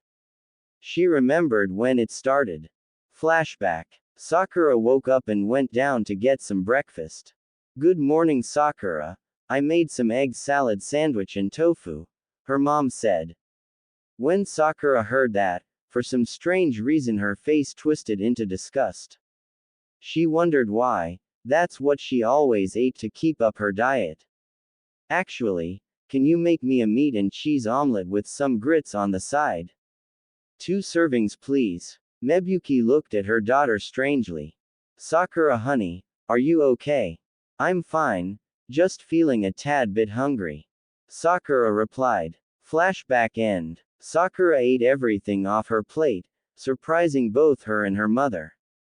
What surprised her even more was the day she met up with her team. Flashback. Sakura was headed to her team's training ground. When she arrived, she saw her crush and sigh. Good morning, Sasuke-kun. HN. Sasuke responded. Sakura grew a tick mark. I said good morning, you prick. Sakura before covering her mouth. Sasuke looked disturbed. I'm sorry, Sasuke-kun. I don't know what came over me.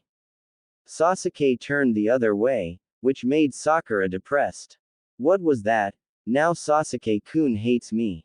Well, I say the emo, he don't deserve us. You should give up on him.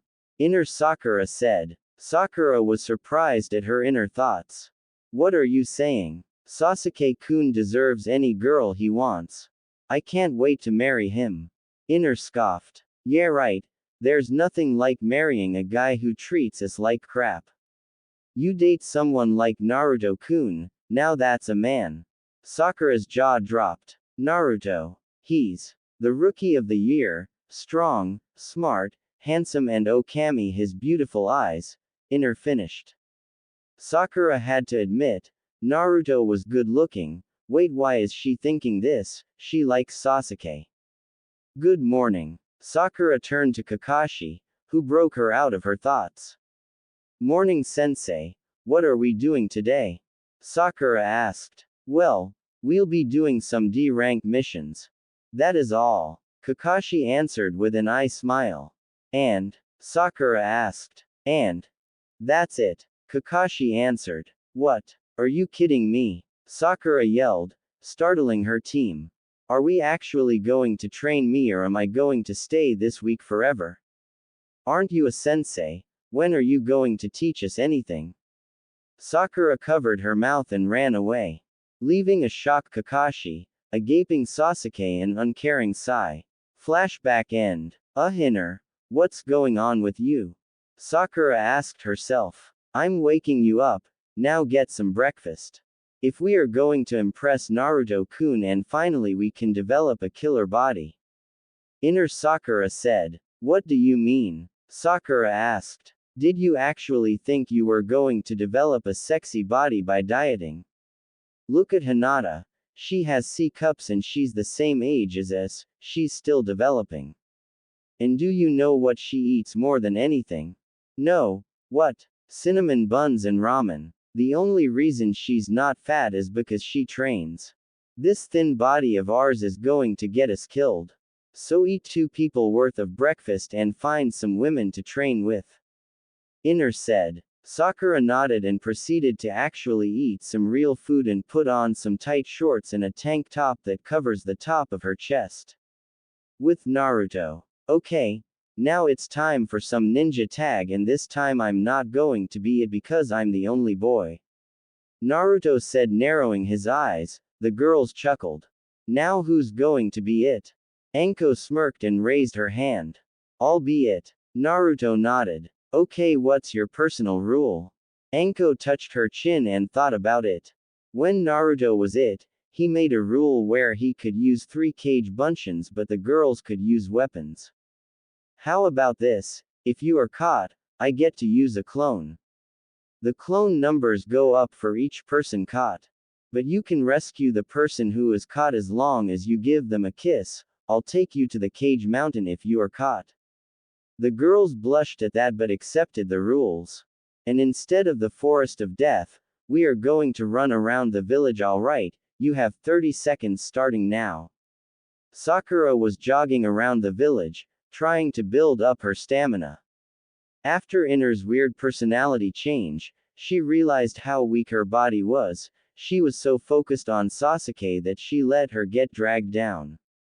After Inner constant yelling, she decided to train seriously. Currently, she was jogging through the village at a steady pace. To be honest, I thought you would pass out by now. Inner commented. You know, you've been insulting me a lot lately. Well, someone has to. You are smart outer, but I'm just treating you how you've treated Naruto-kun. The difference is, you deserve it and I'm using it to motivate you. You were just a bitch. Inner said. Sakura signed at this. If anyone else told her this, she would have denied it, but to hear it from her inner thoughts, that was different. I really was a fangirl to the core, wasn't I? Inner smiled at this. Her outer self was changing to a better kunoichi. Now if she could completely destroy her crush on the Uchiha, she could get Sakura to become one Naruto's mate. Yeah, but you've become a better person. To show it, why won't you become friends with Naruto-kun and treat him a little better and don't hate him because someone else tells you to? He's a good person. Sakura thought about this and nodded. Honestly, she wished Naruto had a crush on her again. After seeing how happy Hinata and Izumi were, she wondered how it would feel if she gave the blonde a chance. Look, it's the demon and his. Sakura snapped out her thoughts when she heard a villager comment. She looked up when she heard laughter and saw Naruto being chased by his sensei. Anko leapt towards Naruto, but he did a backflip over her and dodged her grasp. Gotta do better than that, Anko-chan. Anko smiled at him. I will catch you, Foxy-kun, she said, rushing at him again. Sakura jumped up to a building and saw Anko in the distance, chasing Hinata and Izumi after she lost Naruto. What's going on? Ninja tag, Anko is it, and she's trying to catch us. Naruto answered, appearing next to the Pinkett, startling her. Sorry about that, I must say you look good in gym clothes, training. Sakura blushed at the comment before composing herself. Yeah, I realized a while ago how weak I am, so I was doing a morning jog to try to build my stamina. Naruto nodded and got an idea. Okay, how about you play tag with us?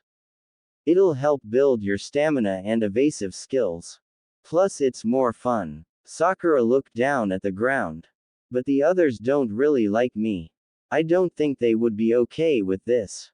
Nonsense. Ladies, Naruto called. In a few seconds, multiple women appeared. Anko had her hands on her hips, frowning. Naruto-kun, why did you stop? In the middle of my turn. She then turned to Sakura with a questionable gaze. And why is she here? Naruto smiled and wrapped his arms around Sakura. Well, believe it or not, Sakura here wants to play with us. Izumi cocked an eyebrow. Really? I thought she hated us and would find this immature for kunoichis. Sakura blushed in embarrassment. No, I want to play, if that's okay, I mean. Izumi narrowed her eyes and smirked. Fine, but no fangirling. Sakura nodded her head and joined the group. Inner smirked. Outer was bonding with Naruto's group. Once Outer becomes physically ready, Inner could make her move. Report. Hi, the target is still with his group, sir. They seem to be playing tag. And the traitor? She's with him. What are your orders, Danzo-sama? When the two are alone, you are to kill the Uchiha girl and bring me the boy. To have the village thrive, he will become my weapon and Konoha we reign over all. Danzo ordered. Sakura was exhausted. She wished she took training more seriously. She was so exhausted after a simple game of tag. But she really did enjoy herself. Sakura didn't have many friends since she started crushing on the Uchiha, and her crush always ignored her. Seeing Hinata and Izumi enjoying themselves around Naruto kind of made her feel jealous. It was getting close to the afternoon. The group decided to head to Akamaki's barbecue place. When Sakura was about to protest, she was stopped by Anko claiming it'll help her get bigger, which shut her up. As they head to the spot, Naruto stops midway and narrows his eyes and smirks. Anko turned to her student. What's wrong, Naruto-kun? Oh, nothing, Izumi-chan, I think you and I have some business to take care of. We'll meet up with you guys later. Naruto said. Izumi was about to ask what he was talking about until her enhanced eyesight saw a root in the shadows. She smiled and nodded. Alright, lead the way.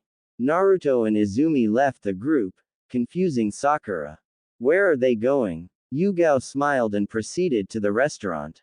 Izumi have a bad history and they're dealing with the root of it. Naruto and Izumi were jumping through the forest of death, with their followers behind them. I think this is far enough, Naruto said, landing on the branch. Izumi landed on one lower than him. Come on out, you bastards. Izumi yelled. 10 root Anbu appeared around the two Hanyu. Izumi Uchiha, you are to be disposed of for being a traitor to the cause. Naruto Uzumaki, you are to come with us and be properly trained. You have no say in the matter, one of them said. Naruto cocked an eyebrow confusingly. Excuse me for being rude and arrogant, but the weak don't command the strong. So in reality, you have no say in the matter. Naruto said, stretching out his hand. A broadsword with a onyx edge on one side and a gold edge on the other, with a wing-shaped guard appeared in his hand. Flashback. Kurumi just handed the group their own Keyblade. Naruto was inspecting his. He had to admit it looked cool.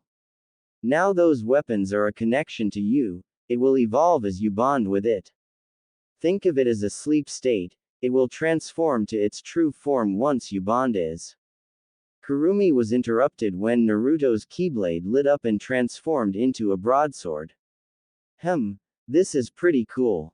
Naruto commented. Kurumi's jaw was hanging. But how? You just got that blade?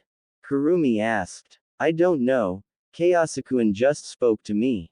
Naruto answered. Kayasakuen? Yugao asked. Naruto lifted his sword and smiled. Her name, the sword, is called Kayasakuen, Chaos Queen. Kurumi chuckled lightly, shaking her head. I shouldn't expect anything less from Naruto-sama.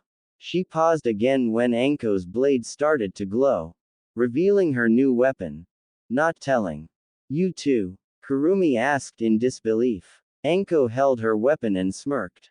I think she likes me. Yugao stared at Anko's new weapon and smirked. In a weird sadistic way, I think it fits you.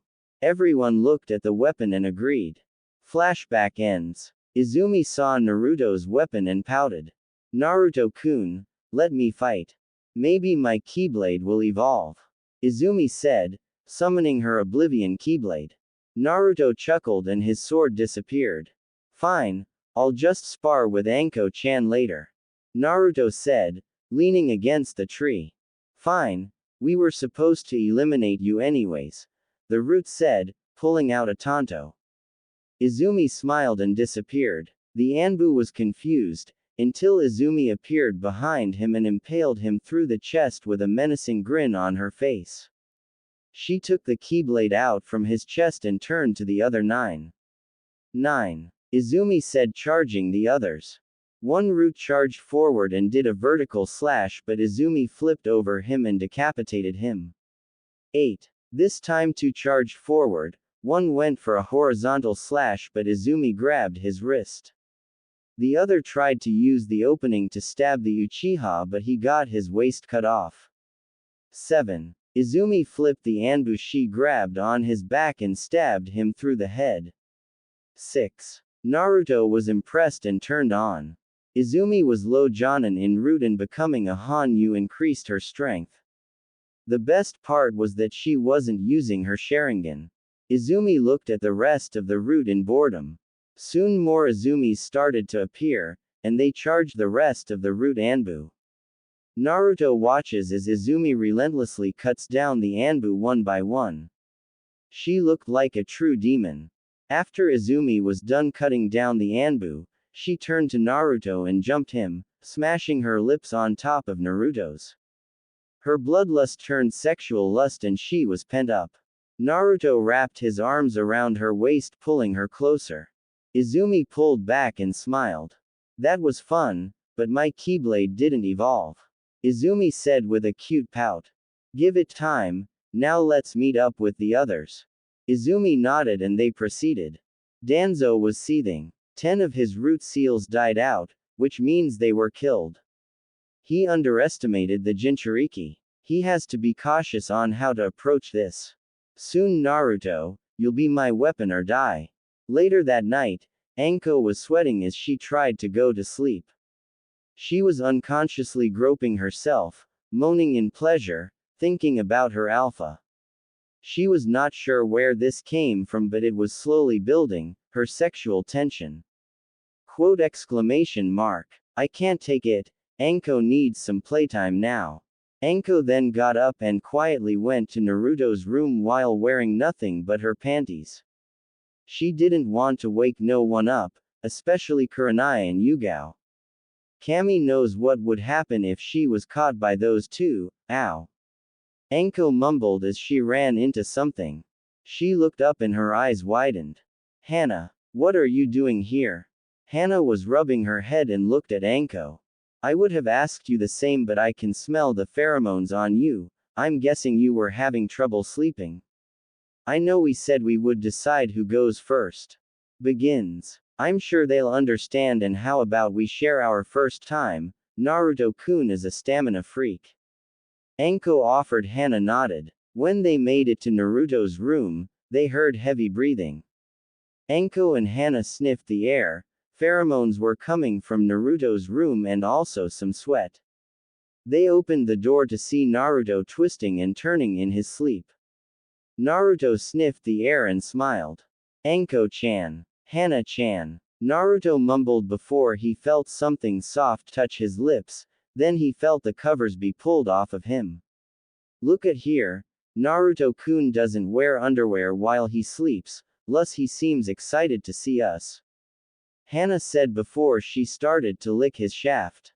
Anko was kissing Naruto, but what surprised her was that Naruto started to kiss her back with tongue. Naruto slowly opened his eyes and smirked. Not that I'm complaining, but what are you guys doing? Naruto asked, as he grabbed the back of Hana's head, forcing himself deeper in her throat. We couldn't help ourselves. For some strange reason, the past few days our bodies kept getting hotter and you couldn't stop dreaming about me. Naruto finished. Anko nodded. I've been feeling the same way, but I don't know why. Maybe because we're hybrid demons, it must have increased our lust without knowing it. Hana said as she let go of Naruto's shaft and took off her bra and soaked panties. Anyway, enough talk. I need you in me now. Hana said, slowly descending on his shaft. So, full. Hana moaned quietly. And while she's plowing you, you can have a taste of my deliciousness. Anko added, sitting on Naruto's face. Sensei's order. Ah. Anko squealed when she felt Naruto's tongue probe her insides. That's feels so good. More Naru-kun, no more master. When Naruto heard that, his manhood grew a bit, causing Hana to yelp in surprise. That's it, Naruto-sama, harder, show me why you're my alpha. Hana yelled, bouncing up and down on Naruto's. Naruto grabbed her hips, while starting to pump faster. Hana was surprised and snapped out of her lust when she felt two hands on her and lips on top of hers. Taste like dango. Anko. She looked forward and Anko was indeed kissing her. Instead of complaining, she returned, both girls moaning into each other's mouths.